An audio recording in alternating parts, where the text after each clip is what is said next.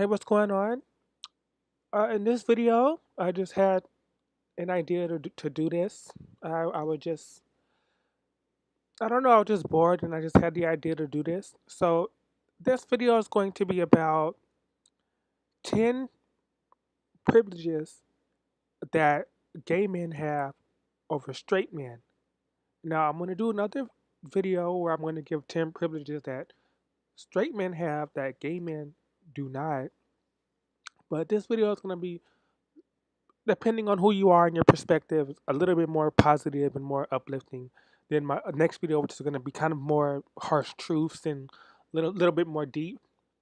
But this is not to be confused with other topics I want to do.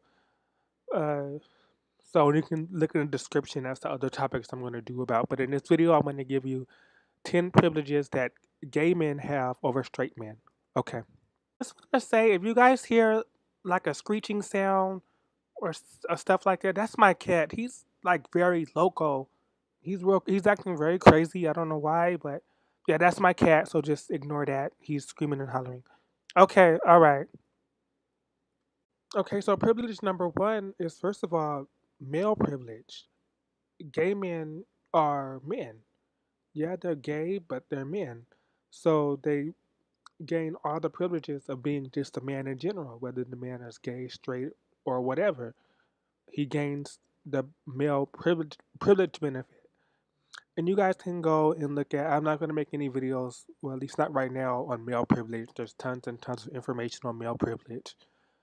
Uh, but yeah, there's female privilege, there's male privilege, there's cat and dog privilege. But privilege number one is that gay men have male privilege. So that's already privilege that they have. They're gay and they have male privilege. So that's already a privilege number one right there. Privilege number two would be that they're non threatening in many social settings. For example, a straight man, he's seen as a threat or as someone who is competition or as someone intimidating, whereas a gay man, usually he's not seen as intimidating. He's the one that's going to be asked to copy and fax the papers. They still have fax machines, right? People still fax. Um, but yeah, you guys don't get what I mean. He's going to be the bitch boy, really. But that's for more feminine men like myself. They're going to be seen like that. For more masculine men, how that can work is a man can, say, well, hey, I'm homosexual. I don't have a wife. I don't have children. Yada, yada, yada.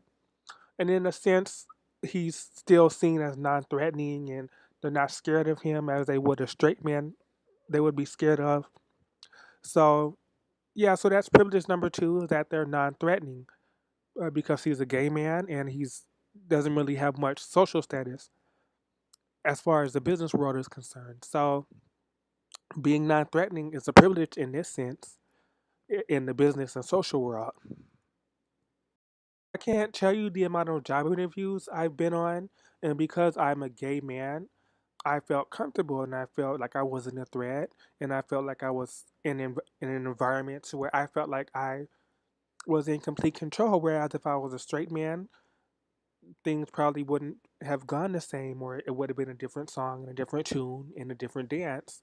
But because I was a gay man, I felt safe, especially with sometimes with females and with women. They seem to kind of mesh with me more, and they kind of seem to understand me more. And because know that a lot of women they love homosexuals, and that's just something I've noticed. But so yeah, that's the privileges that we're non-threatening in the office world, in the business world, in the job world. Privilege number three: a gay man can pull the gay card, or he can pull the homophobic or homophobia card whenever something bad happens, whether it was warranted or unwarranted.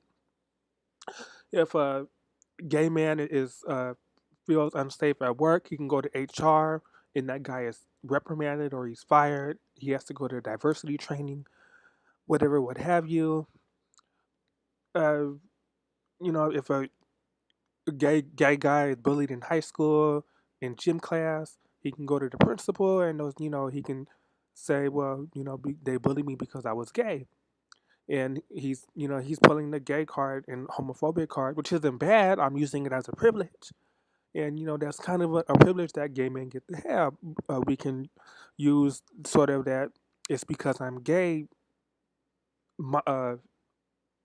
reason for why things happen and why we want to resolve ourselves from a situation we're not comfortable with, especially when it comes to discrimination and us being attacked.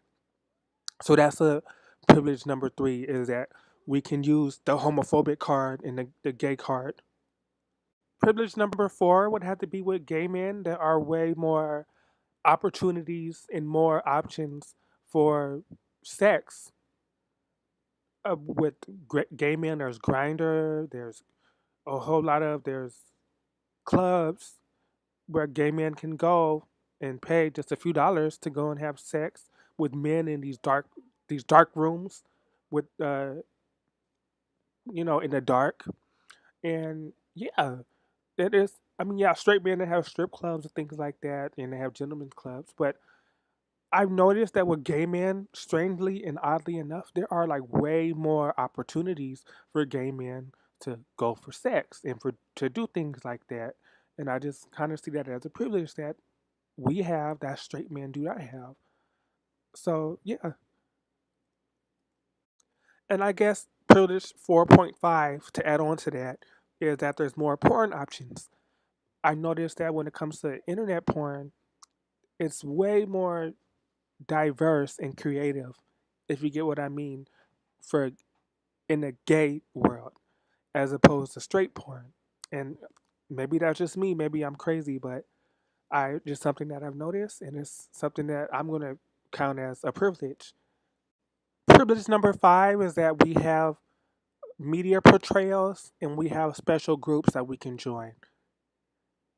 There, as of late, has been an abundance of gay male representation on TV, in movies, music videos. I have never seen it before like this, and I consider it a privilege because we're being catered to that.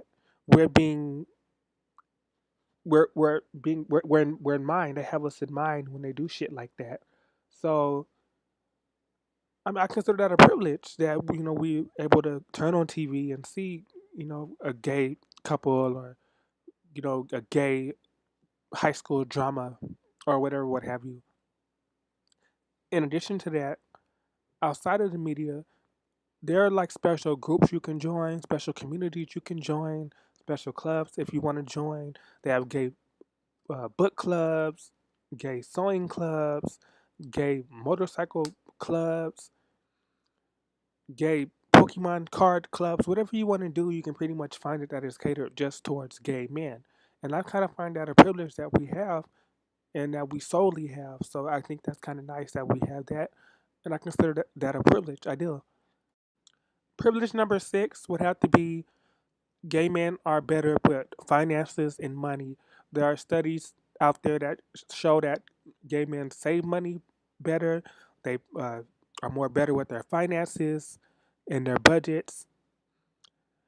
This incidentally might be, or evidently might be, because gay men, aren't married with children usually, and we usually live for for ourselves. We usually live our lives for us because it's tough being a gay man. It's tough being a homosexual man. But I don't know. We just, in my perspective, we tend to be better with money, and we tend to spend our money wisely better than straight men do, and we are better in that regard. And yeah, that's just how I feel with that. I just feel that's a privilege. Privilege number seven would have to be that gay men aren't at risk for any accidental pregnancies. They aren't at risk of having to pay child support or any of that bullshit. No, they aren't at risk for any of that shit. I'm not saying it doesn't happen and it can't happen. It perhaps could, but it's very unlikely. It's almost non-existent for that to happen, really. As opposed to straight men, to where sadly this has become almost a phenomenon, an epidemic almost of straight men having an unwanted child or having their girlfriend having unwanted pregnancies. They're called whoops babies. That's a term that they usually call them. And gay men really aren't ever in that predicament or in that situation. So I guess that's a privilege that gay men have over straight men, is that we do not have accidental pregnancies or a baby that we don't want, and or we don't have to be a part of that mix or that issue. Privilege number 8 would be that we kind of are more artistic and more creative with the way how we present our beauty and our fashion sense, and the way we come across to the world, and we're not judged on it. Straight men are kind of, they have codes that they follow. You can't wear that. Dude, why are you wearing that? That's gay. Take that off. That's homo. You look like FAG. Whereas with gay men, well, we're gay, so we can wear whatever the fuck we want. If I want to dress like Tinkerbell, that's okay because I'm gay. Nobody gives a fuck. I can dress the way I want. So I guess that is a privilege. Uh, Gay men tend to know how to dress better. Uh, I'm not trying to bash straight men, but they cannot dress. And I mean, I look. You don't have to be a fashion designer to know how to dress. It's the simple things. It's not meshing patterns and colors and things like that. It's knowing. It's just knowing simple things like that. That I noticed that us gay men, we tend to have a natural. We just know.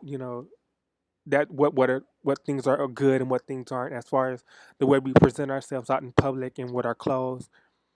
And with beauty too, a lot of gay men, they're hairstylists and makeup artists and things like that, fashion designers. We just better put together that way, and we know what we're doing, and we know how to do it. So that's a privilege to me, is that we're kind of more, as far as outward beauty appearance. That's a privilege we have. Privilege number 9 is that I've noticed that gay men are way more physically fit than straight men are. Straight men, I'm not saying that all of them, no, of course not, but many of them aren't physically fit, and it's not. They're just they're just not. It could be because they're busy with work and other stuff, and there's not this agenda that the gay male community promotes on being physically fit that straight men have to worry about.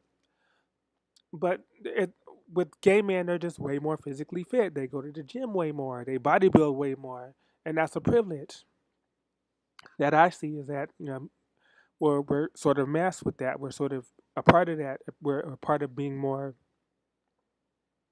uh, physically fit and having these ripped bodies and having muscles and things like that.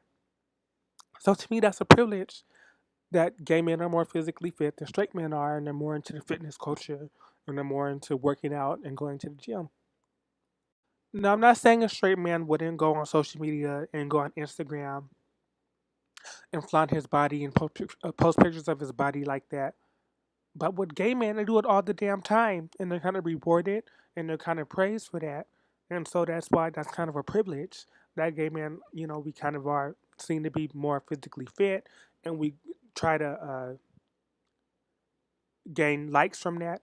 Now, me personally, no, I don't have muscles, and I'm not, you know, a gym rat. I'm none of that.